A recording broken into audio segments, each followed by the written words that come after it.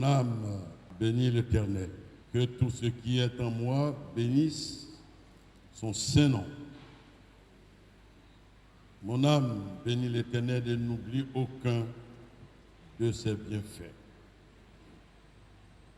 Bien-aimés frères et sœurs, en ce jour béni, que la grâce, la miséricorde et la paix vous soient données et multipliées de la part de Dieu notre Père et de Jésus-Christ notre Seigneur et notre Sauveur. Amen. Amen. Invoquons la présence de Dieu au milieu de nous.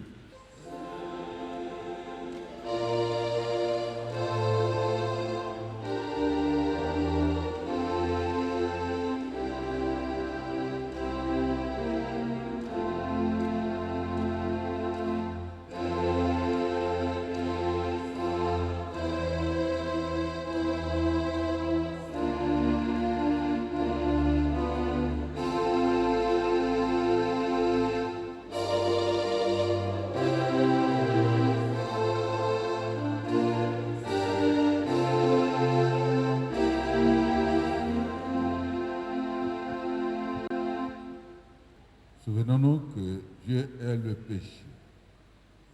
Cependant, il aime le péché. Il nous aime. C'est pourquoi je vous invite, ou nous invite à nous humilier devant le Seigneur pour lui confesser d'un cœur contrit et brisé nos péchés. Ô Dieu, notre Père céleste, nous avons péché contre le ciel et contre toi. Nous ne sommes pas dignes d'être appelés tes enfants. Nous ne t'avons pas aimé de tout notre cœur. Nous n'avons pas non plus aimé notre prochain comme nous-mêmes. Nous n'avons pas eu le sentiment qui était en Jésus-Christ. Nous avons attristé le Saint-Esprit. Nous nous sommes conformés à ce monde qui passe, à lui et à sa convoitise. Nous ne sommes pas restés fermes, car nous n'avons pas fixé nos regards sur toi. Pardonne-nous, nous t'en supplions. Père riche en miséricorde, renouvelle-nous par ta grâce efficace, et cela par Jésus-Christ, notre Seigneur et notre Sauveur. Amen. Veuillez vous lever, peuple de Dieu, et avec la chorale de nos chants, numéro 34 de notre recueil Gloire à Dieu, la première et la troisième strophe. Béni soit Dieu qui chaque jour nous comble de ses biens.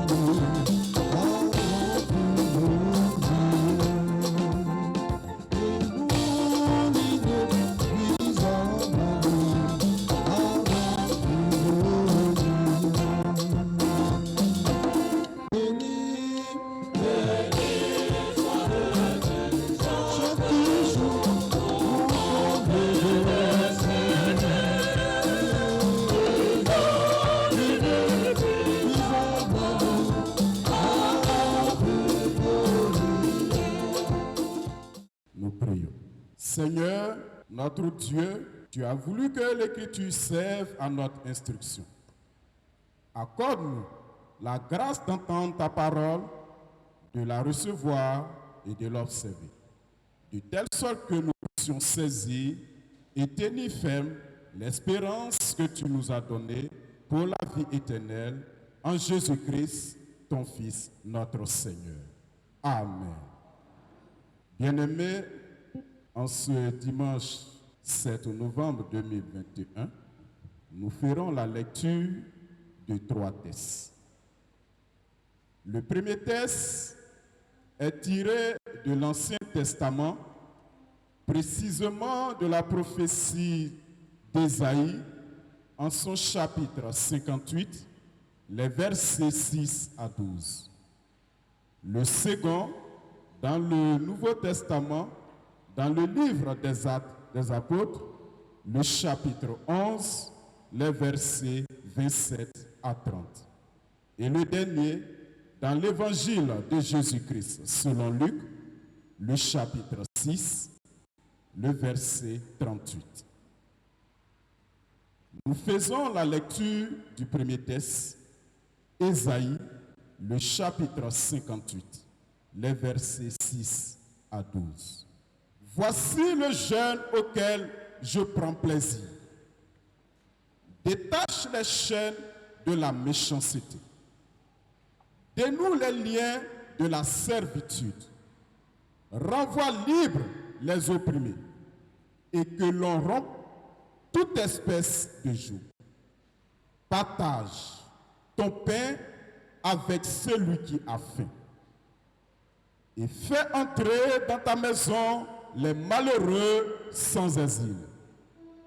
Si tu vois un homme nu, couvre-le et ne te détourne pas de ton semblable. Alors, ta lumière poindra comme l'aurore et ta guérison germera promptement. Ta justice marchera devant toi et la gloire de l'Éternel t'accompagnera. Alors, tu appelleras et l'Éternel répondra. Tu crieras et il dira, me voici.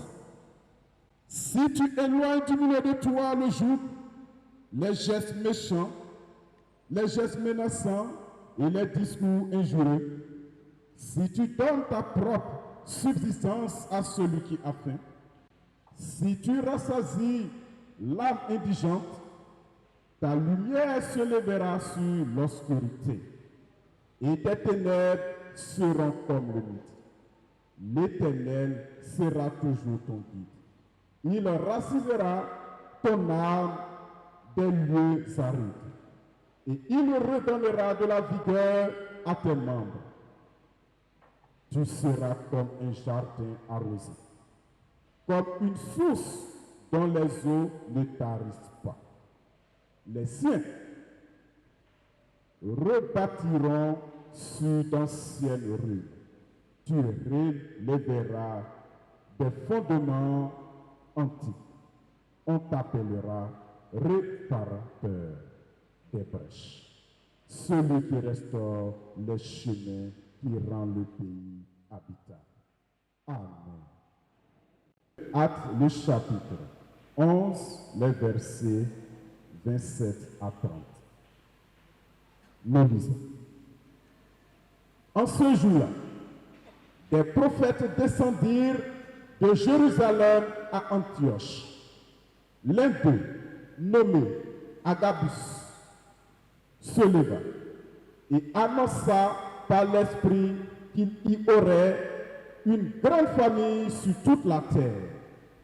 Elle arriva. En effet, sous Claude. Les disciples résolurent d'envoyer, chacun selon ses moyens, un secours aux frères qui habitaient la Judée. Il le fit parvenir aux anciens par les mains de Barnabas et de Saul. Amen.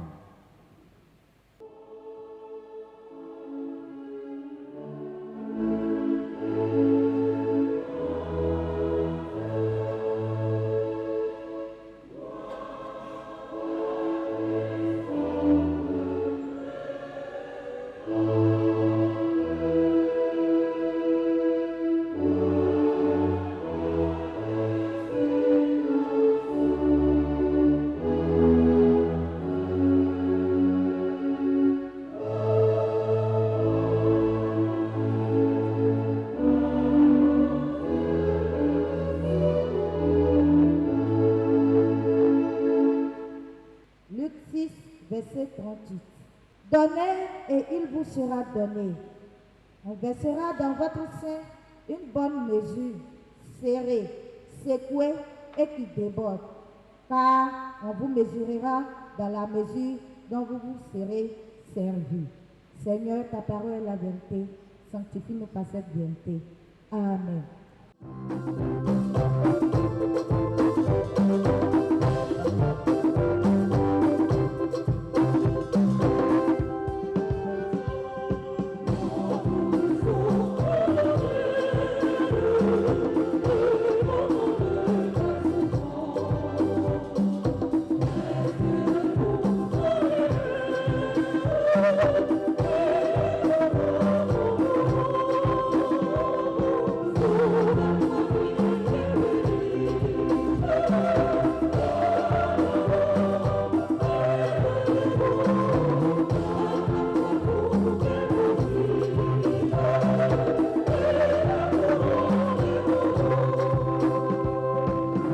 Nous serions nous taire.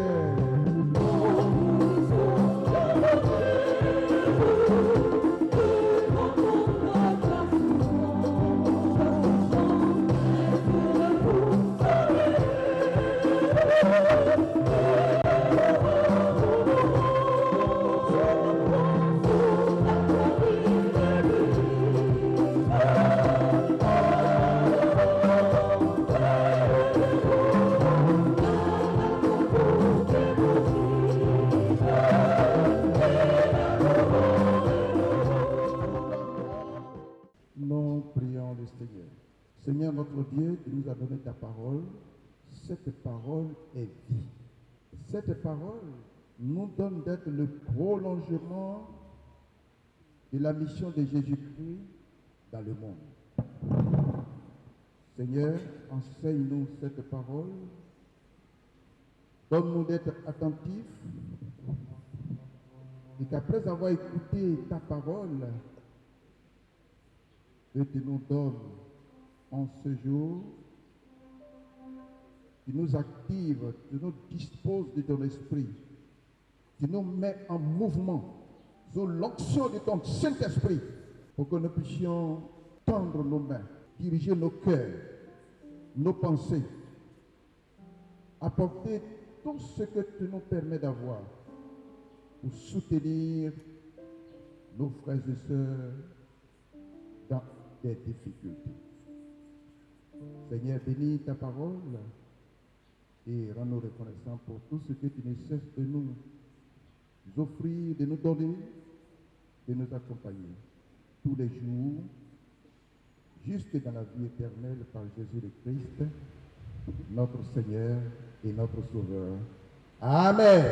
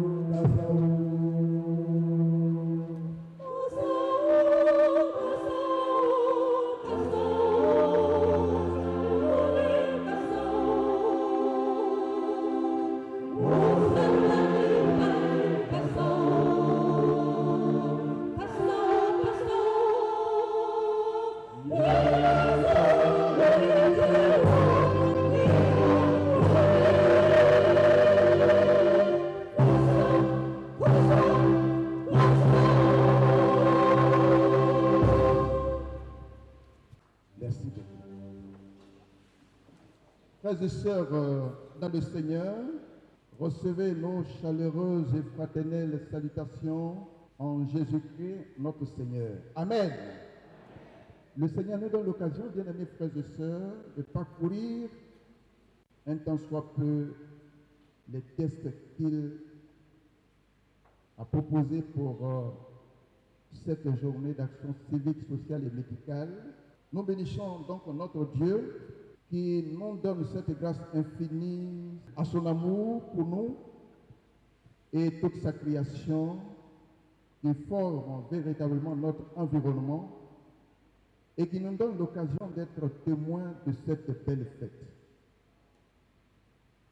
Le thème de réflexion de cette journée est le suivant. Envoyer du secours, chacun selon ses moyens. Pour comprendre ce thème, notre Église nous propose 3 textes bibliques qui ont été déjà lus, Isaïe 58, versets 6 à 12, Acte 11, versets 27 à 30, et Luc chapitre 6, le verset 38. Le verset qui exprime mieux notre thème et qui va orienter toute notre réflexion est le suivant. Les disciples envoyèrent un secours aux frères qui habitent en Judée. Acte 11, le verset 29. À l'analyse de ce texte de Acte chapitre 11, 2 questions nous viennent en tête. La première, qu'est-ce qui a motivé l'église d'Antioche à envoyer un secours à l'église de Jérusalem en Judée? La deuxième question, qu'est-ce que Dieu nous demande de faire en tant que chrétiens, disciples de Jésus-Christ aujourd'hui? Et maintenant, notre message comporte 2 parties. La première, contexte de l'église d'Antioche.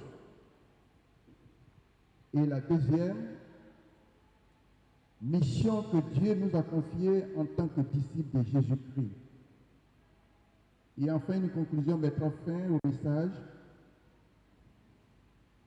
de ce jour à l'occasion de la célébration de cette journée méthodiste d'action sociale et médicale 2021. Regardons de près le contexte de l'église d'Antioche.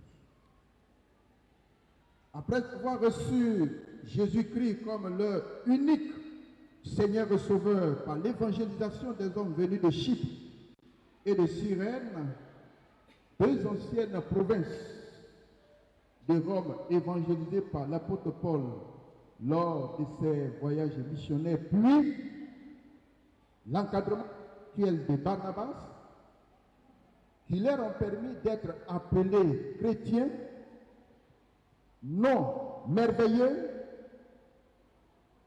un très bon nom qui sauve, nom qui pousse Dieu à se déplacer vers nous, nom qui nous donne d'avoir le pouvoir de Jésus-Christ sur toutes les puissances des ténèbres, nom qui fait de toi, de moi, enfant de Dieu, nom qui fait de nous citoyennes et citoyens des cieux, nom qui nous procure la paix, la joie, l'amour, le bonheur, la prospérité à toute personne qui accepte Jésus-Christ comme son unique Seigneur et Sauveur, maintenant même, non, que Dieu nous donne pour que nous vivions éternellement.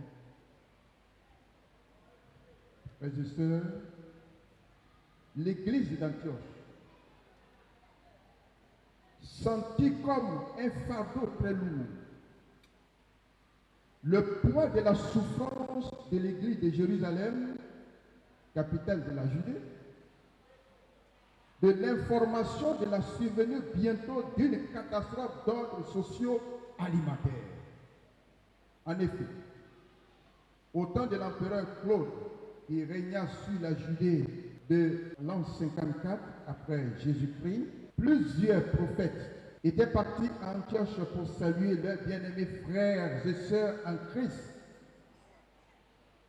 Ils sont à Antioche. L'un de ces prophètes, nommé Agabus, plein du Saint-Esprit, prédit la venue très proche d'une famine qui touchera toute la terre. Immédiatement, la manifestation de cette catastrophe alimentaire qui risque de mettre en difficulté, qui risque de mettre à mal, qui risque de diminuer la foi de certains frères et sœurs de l'église de Jérusalem, eh bien cette église organisa une assemblée pour prendre une décision, une résolution et de mettre en pratique cette résolution. Et cette résolution, c'est que chacun apporte selon ses moyens pour que l'église d'Antioche aille soutenir l'église de Jérusalem. N'est-ce pas merveilleux? N'est-ce pas merveilleux, bien-aimés frères et sœurs? Où est l'église d'Antioche qui est en Syrie, qui prend une résolution parce qu'il va y avoir une famine, de collecter chaque membre de l'église est appelé donc d'envoyer ce qu'il a, et immédiatement chacun est rentré chez lui en courant pour aller apporter ce que Dieu a mis à sa disposition pour venir déposer dans l'église, et tout a été rassemblé et puis en même temps acheminé à Jérusalem. Syrie, Jérusalem, c'est loin, hein? C'est très loin. Moi, je me pose la question, comment ils ont fait pour arriver là-bas? À leur temps, il n'y avait pas d'avion, il n'y avait pas de bateau, il n'y avait pas de voiture, il n'y avait pas même de bicyclettes. Mais ils ont tout fait pour aller soutenir leurs frères et sœurs qui sont à Jérusalem, parce que quand la famine va frapper, eh bien, toute la Judée, et ils voient déjà leurs frères et sœurs qui sont à Jérusalem en difficulté. Et c'est pourquoi l'église, notre belle église, l'église méthodiste unique Côte d'Ivoire, a proposé à l'occasion de cette journée ce thème si important, ce thème mobilisateur, ce thème qui, à mon sens, doit nous mettre en mouvement maintenant. Et ce thème, envoyer du secours selon ses moyens, que nous avons extrait dans Acte 11, le verset 29. Alors, on se demande maintenant, en quoi cette action de l'église d'Antioche envers l'église de Jérusalem nous interpelle aujourd'hui et maintenant? En quoi? 2. Notre mission en tant que chrétiens et disciples de Jésus-Christ aujourd'hui.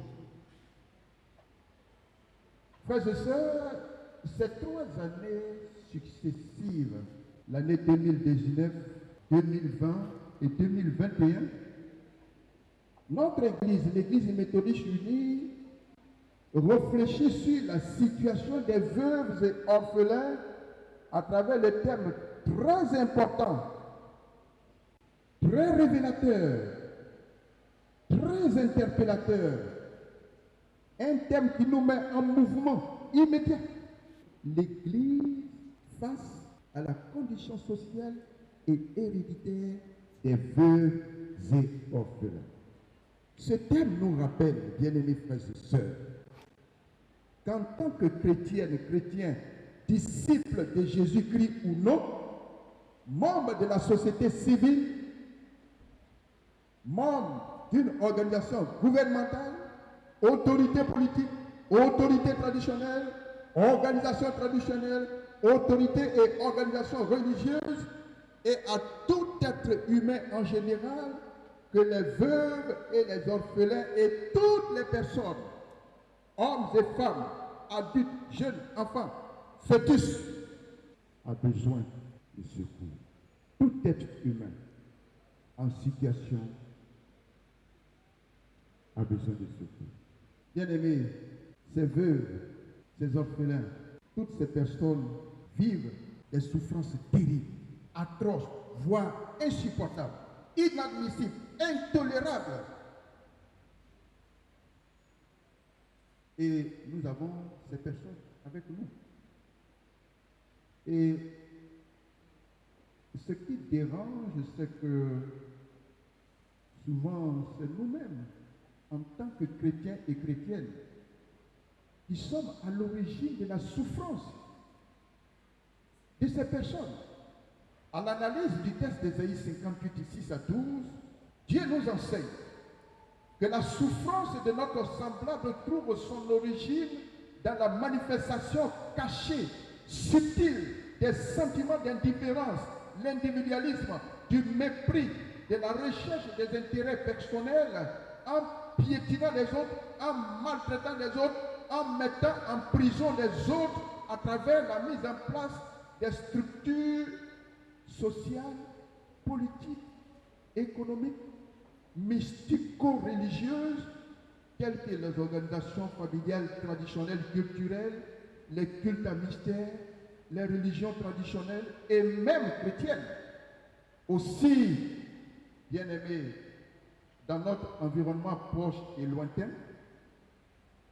nous avons des familles, des communautés, des villages en éternel conflit pour des questions d'héritage, des familles divisées, bien aimés, à cause des problèmes d'héritage et surtout la terre. La terre. Beaucoup de personnes sont mortes. Beaucoup de veuves et d'orphelins sont rejetés, sont chassés, sont même tués parce qu'ils revendiquent ce qui revient à leur père. Et souvent, quand ils veulent entrer dans ce domaine-là, ils sont tués en sorcellerie, envoûtement. Et nous sommes des chrétiens et nous voyons ça. Nous voyons ça. Ce sont des poids lourds sur notre tête. Ce sont des poids lourds pour chacun de nous. Et nous devons vraiment sentir ce poids-là, bien-aimés frères et sœurs. Et c'est pourquoi cette journée, l'Église nous donne pour que nous puissions comprendre l'importance et la souffrance de ces personnes. Devant ce tableau sombre de ces différentes souffrances de ces êtres humains qui sont non semblables, qu'est-ce que Dieu demande à chacun de nous de faire maintenant pour mettre fin à leurs souffrances aujourd'hui et maintenant même?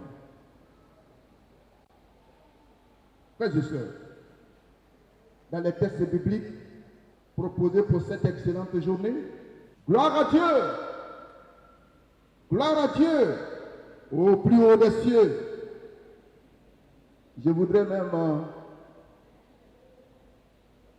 dire partout, sortir partout et dire gloire à Dieu, gloire à Dieu, gloire à Dieu, glorifier le nom de notre Dieu, parce que ce sont des textes qui nous donnent tous les éléments pour que nous puissions accomplir la mission que le Christ nous a laissée. Mais ce que vous devez savoir, c'est que les veuves, les orphelins, les personnes en difficulté, de manière générale dans nos églises, dans nos familles, dans nos sociétés, dans nos pays, dans notre Afrique toujours soumise à toutes les formes d'impérialisme culturel, économique, social et politique, écologico-environnemental, anthropologique, éthique, religieuse, depuis des siècles et qui se poursuit sur des formes voilées, subtiles, douloureuses, inadmissibles et mortelles. Eh bien, devant cette paupérisation, voici ce que Dieu nous demande de faire. Dieu dit dans les textes que nous sommes responsables de la souffrance des autres. Alors, il propose 8 comportements à bannir dans notre vie, et même plus. Quand nous prenons le texte d'Ésaïe 58, le premier comportement à bannir dans notre vie,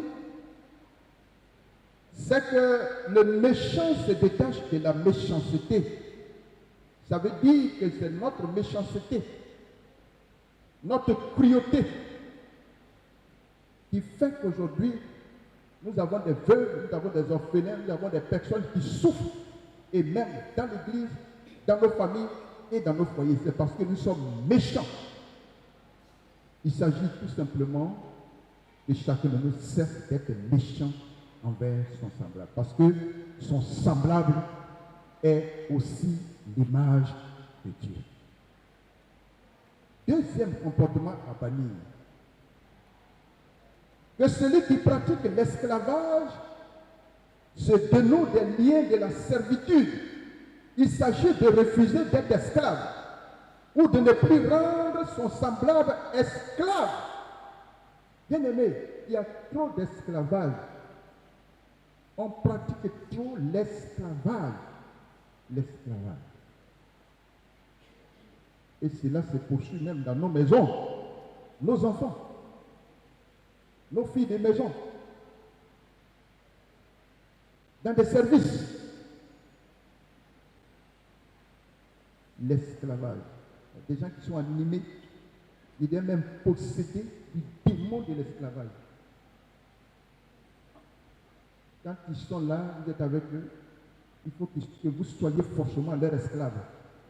C'est vous qui fassiez tout. Tout. Troisième comportement béni. Si vous êtes un oppresseur, il faut renvoyer libre les opprimés en les rendant libres, dépendant de leurs propres sentiments, de leurs propres pensées, de leur propre agir sous l'inspiration du Saint-Esprit. Quatrième comportement à bannir à nous, c'est de détruire en chacun et en chacune de nous tous les sentiments de souffrance infligés à l'autre. Il s'agit de ne plus faire souffrir son semblable sous prétexte de quoi que ce soit. Il n'y a aucune raison qui puisse pousser quelqu'un à faire souffrir l'autre. Il n'y en a pas.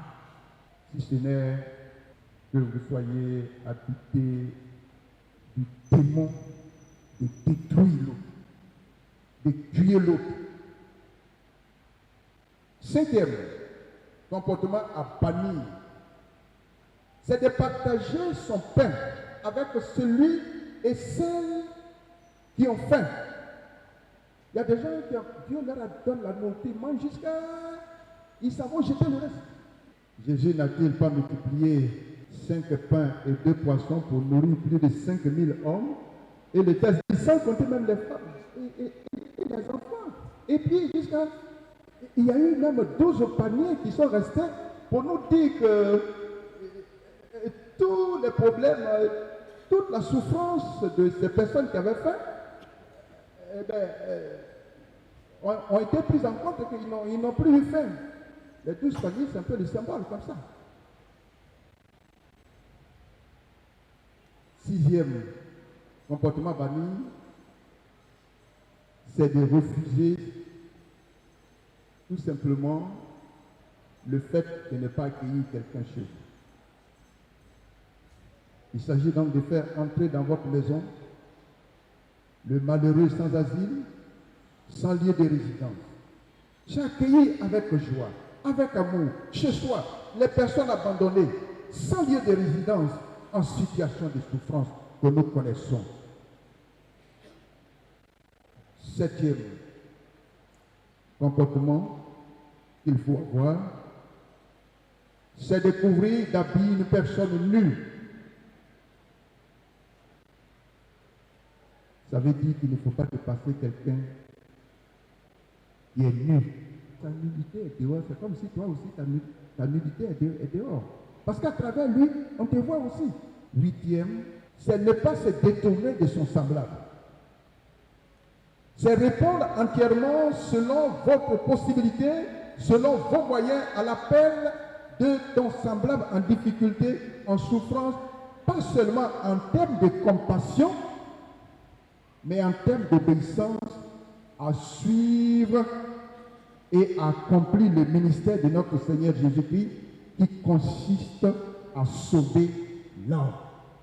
C'est la pratique de la mission holistique de notre Seigneur Jésus-Christ. Le Christ s'occupait de l'homme tout entier. L'être humain tout entier. C'est ça, c'est ce qu'il faut faire, bien-aimés frères et sœurs. En essayant donc de bannir en vous ce qui est mauvais, ce qui est méchant. Jésus invite chaque chrétien, chrétienne à donner selon ses moyens à l'aveugle, à l'orphelin et à toute personne en situation de souffrance, de manière que cette personne ne souffre plus. Il ne s'agit pas tout simplement de venir donner un sac de riz de 5 kilos, un peu d'huile, un peu de savon, et puis c'est fini. Ce n'est pas ce que le Seigneur nous demande. En d'autres termes, le Seigneur Jésus nous demande d'aider la personne qui souffre à trouver la solution à sa difficulté. Écoutez bien, cette sorte d'action pousse Dieu à vous enrichir de ses riches et abondantes bénédictions. Et c'est ce qui est dit dans Ésaïe 58. Si tu agis comme ça, alors Dieu va ouvrir sa lumière de bénédiction sur toi. Il va déverser sur toi ses abondantes bénédictions. Et Jésus va déclarer, donnez, et il vous sera donné. On versera dans votre sein une bonne mesure, serrée, secouée et qui déborde. Car on vous mesurera avec la mesure dont vous serez serré. Luc 6, verset 38, notre texte. Dieu qui sait, Dieu, il connaît tout. Il sait qu'on va crier, on va prêcher, on va dire, on va parler. Toujours, on va parler. Le CS existe il y a un bon nombre d'années. Et toujours, c'est le même message. Pratiquement le même message. D'aider ceux qui souffrent dans l'église. Mais on continue toujours de prêcher. Parce que Dieu sait que malgré tous les efforts que nous avons faits en tant que pasteur et autres là, l'être humain va toujours rester tel qu'il est. L'être humain sera toujours attaché à sa tradition, pour faire souffrir les veuves et les orphelins, pour les dépouiller complètement. Alors, Dieu nous met en garde. Dans Exode 22, versets 22 à 23, Dieu dit ceci. Tu ne feras pas souffrir la veuve, ni l'orphelin. Si tu l'as fait souffrir et qu'ils viennent à moi, j'entendrai leurs cris. Ma colère s'enflammera et je vous détruirai par l'épée. Vos femmes deviendront veuves et vos enfants orphelins. Voici la mise en œuvre. Face à ce thème de cette journée, qu'est-ce que chacun de nous, chrétiennes et chrétiens, en tant que disciples de Jésus-Christ, devons-nous faire concrètement? Oui, Dieu a fait de chacun et de chacune de nous, corps de Jésus-Christ, par le baptême, la solution des souffrances des veuves et des orphelins. Mon frère, ma soeur, tu es assis là, tu es assise là, tu es la solution de la veuve et de l'orphelin dans ta famille, dans ton village et dans ta société. Tu es la personne que Dieu a reçue par le baptême et qui t'a communiqué son esprit pour que tu puisses soutenir les veuves, les orphelins et tous ceux qui sont en situation de souffrance pour qu'il n'y ait plus d'indigents dans l'église, dans nos familles, dans nos sociétés, dans notre pays, dans notre Afrique et dans le monde. Tu es la personne qui a reçu le Saint-Esprit. Alléluia. Amen. Si tu sais que par le baptême tu as reçu le Saint-Esprit pour aller aider les veuves, les orphelins, tous ceux qui sont en situation de souffrance, je vais te demander de te lever et d'acclamer le Seigneur pour cette grâce qui t'a fait de te donner le Saint-Esprit, pour que tu ailles secourir les autres, pour que tu ailles soutenir les veuves, pour que désormais tu ailles dire à la tradition, non, non, non, non, non, plus de veuves en souffrance, plus d'orphelins, parce que le Seigneur t'a donné le Saint-Esprit pour ça. L'Église est contre la souffrance des orphelins. Le contraire, vous devez bien vous occuper des femmes qui perdent leur mari et leurs enfants. C'est ce message que le Seigneur te donne. Si le Seigneur nous a donné le Saint-Esprit, il nous a reçus par le baptême. Cela veut dire que Dieu nous a confié aussi ses moyens pour résoudre et répondre définitivement à la situation de souffrance des veuves, des orphelins en particulier. Pour réaliser donc cette volonté de Dieu, nous devons 1. Sentir le poids de la souffrance des veuves et orphelins et les personnes en situation de difficulté comme notre propre souffrance. Que nous sentions cela comme un poids lourd sur notre tête. Que nous sentions cela comme notre propre difficulté, puis mettre en pratique ce que Dieu nous dit de faire, que nous devons donc dénumérer dans Isaïe 58, versets 6 à 12. C'est cela, la vraie signification du jeûne. C'est cela, la vraie signification de la privation de nourriture. Il y a des gens qui font des jeûnes de 40 jours, 40 nuits, où ils vont même dans des centres de prière pour faire des jeûnes, alors qu'ils demeurent encore dans la méchanceté. Ce sont eux qui sont les diviseurs. Ils sont là-bas des divisions dans les familles, des querelles dans les familles, qui font souffrir encore les veuves, alors qu'ils sont dans l'église. Ils vont faire des jeûnes de 40 jours, 40 nuits. Pourtant, ce sont eux qui sont là-bas de la souffrance de l'autre. 2. Se lever pour faire mouvement à la conférence. Oui, faire mouvement à la conférence pour apporter ses moyens de manière régulière pour permettre à la structure spécialisée qui est le Conseil Église et Société en abrégé CS pour qu'on puisse prendre en charge cette personne.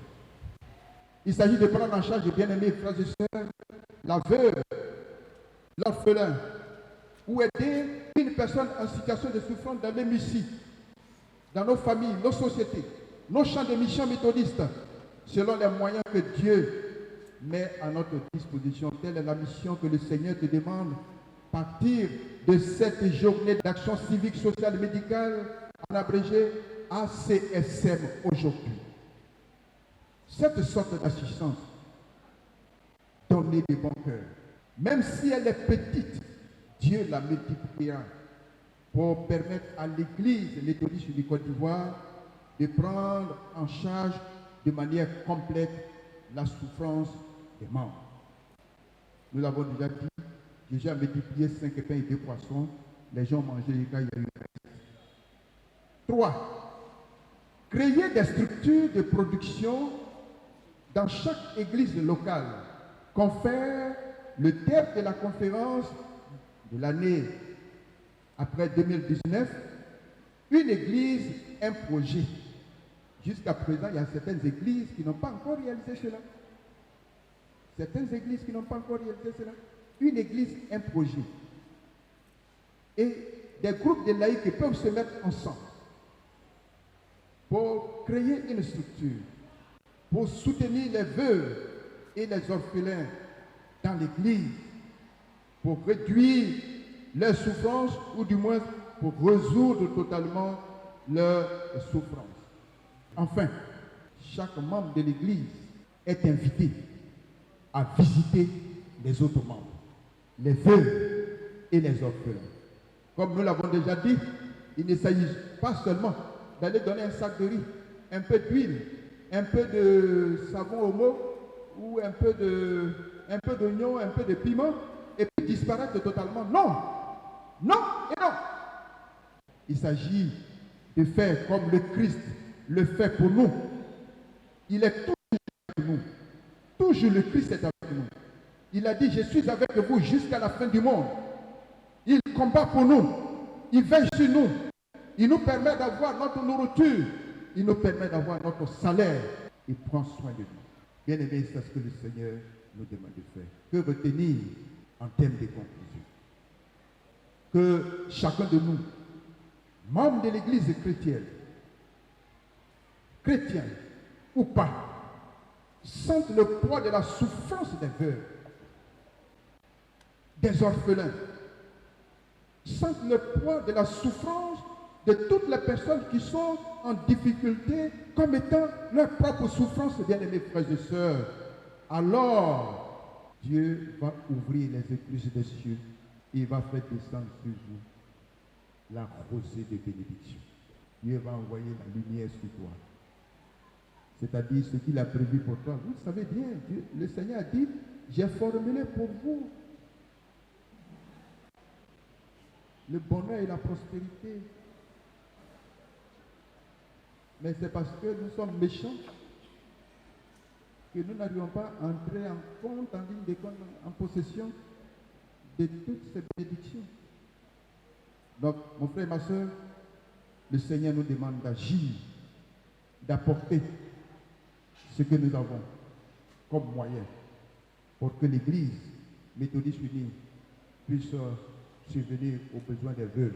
Ou même, vous-même, prendre en compte, aider une veuve, aider un orphelin, aider quelqu'un qui est en difficulté à sortir définitivement de sa situation.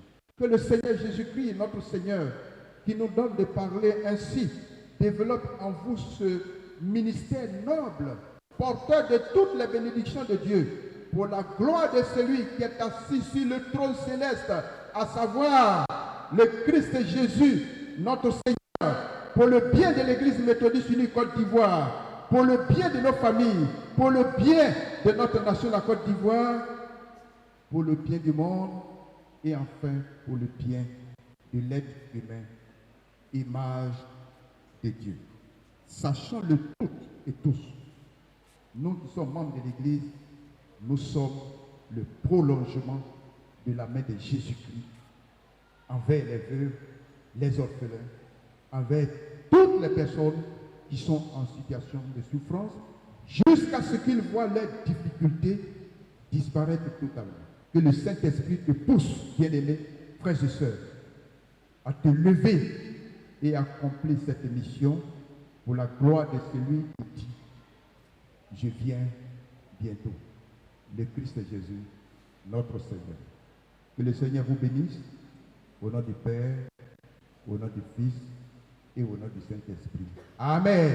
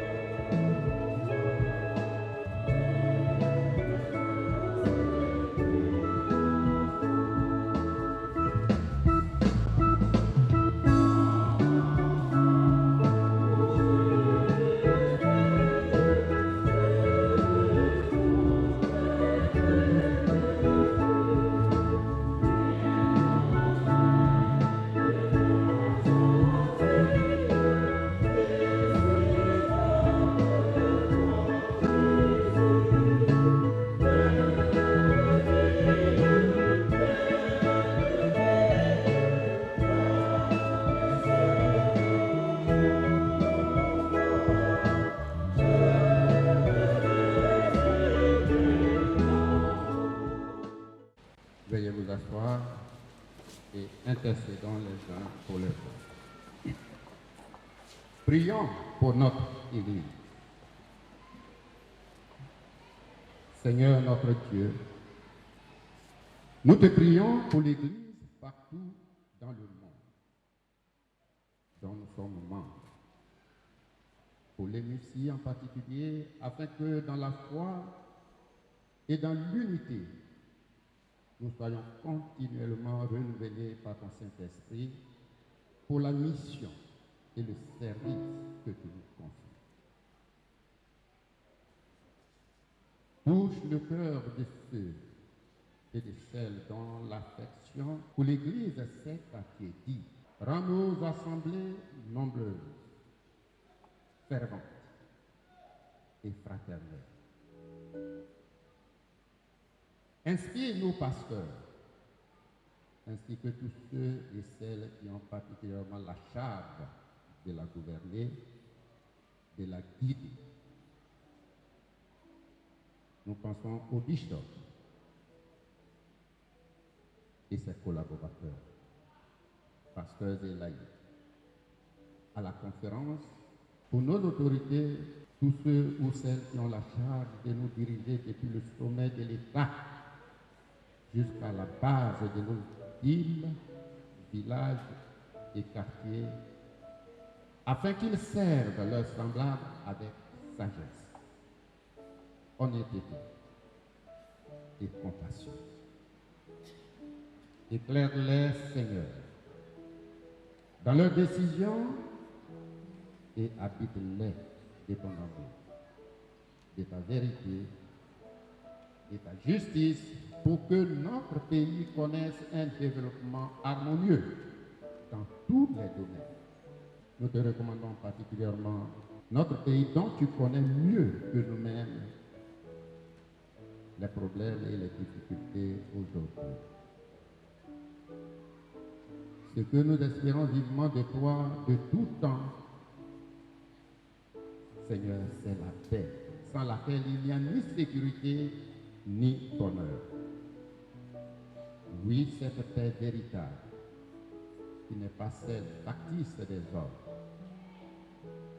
C'est toi seul qui peux nous la donner pour mettre définitivement fin à notre angoisse nationale, régionale, communautaire et même familiale. Seigneur, rends-nous fraternels et solidaires les uns les autres par Jésus-Christ, notre modèle et parfait sauveur. Amen. Disons ensemble de notre Père. Notre Père qui es aux cieux, que ton nom soit sanctifié, que ton règne vienne, que ta volonté soit faite sur la terre comme au ciel. Donne-nous aujourd'hui notre pain de ce jour. Pardonne-nous nos offenses, comme nous pardonnons aussi ceux qui nous ont offensés. Et ne nous soumets pas à la tentation, mais délivre-nous du mal.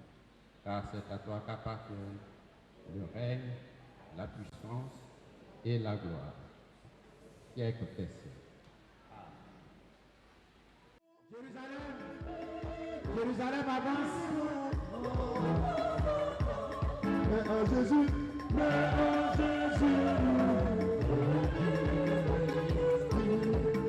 Jérusalem avance. Pendant ce temps, tous les sympathisants s'apprêtent.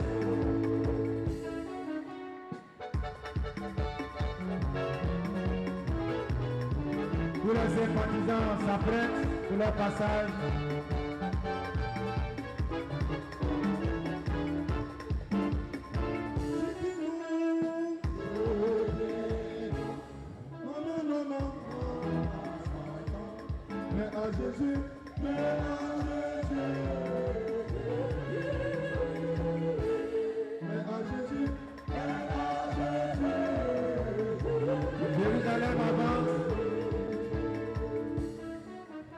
Les sympathisants s'apprêtent.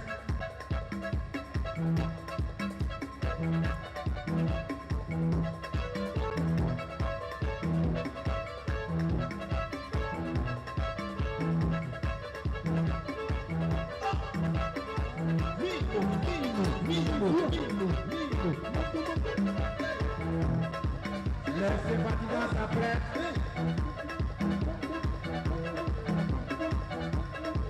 Merci à la place de Jérusalem.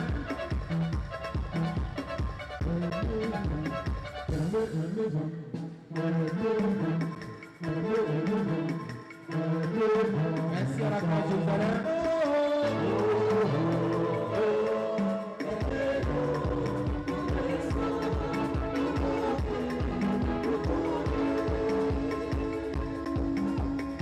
Visiteurs, invités, c'est tout le monde qui compte des sympathisants.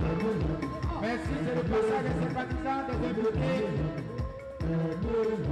ceux qui nous visitent. Merci pour votre passage.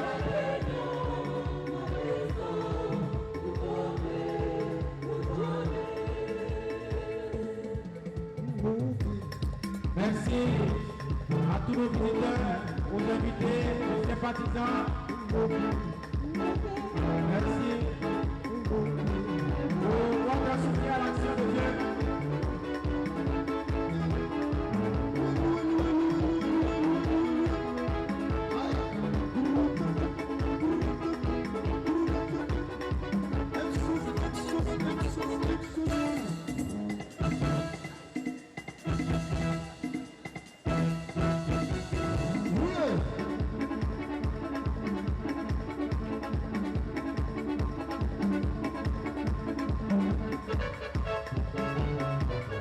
Merci aux sympathisants.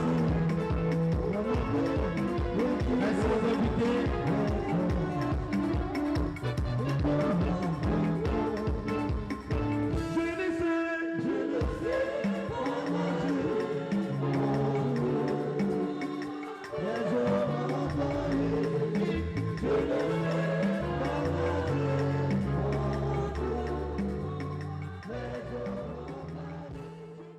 Consacrons nos offrandes au Seigneur. Voici l'expression, Seigneur, de notre joie ce matin, que nous t'offrons au travers de ce don. Accepte-nous et nos moyens et donne-nous de manifester cette reconnaissance envers tous ceux qui souffrent d'une manière ou d'une autre et qui te cherchent. Donne-nous de le faire au nom de Jésus. Amen. Amen.